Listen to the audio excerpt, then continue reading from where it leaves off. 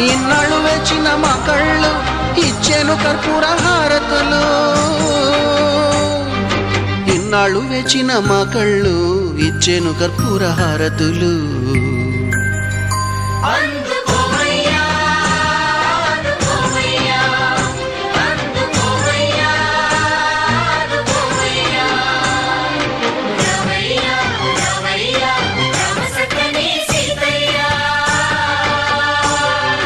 రావయ్యా రావయ్యా రామ సక్కని సీతయ్య.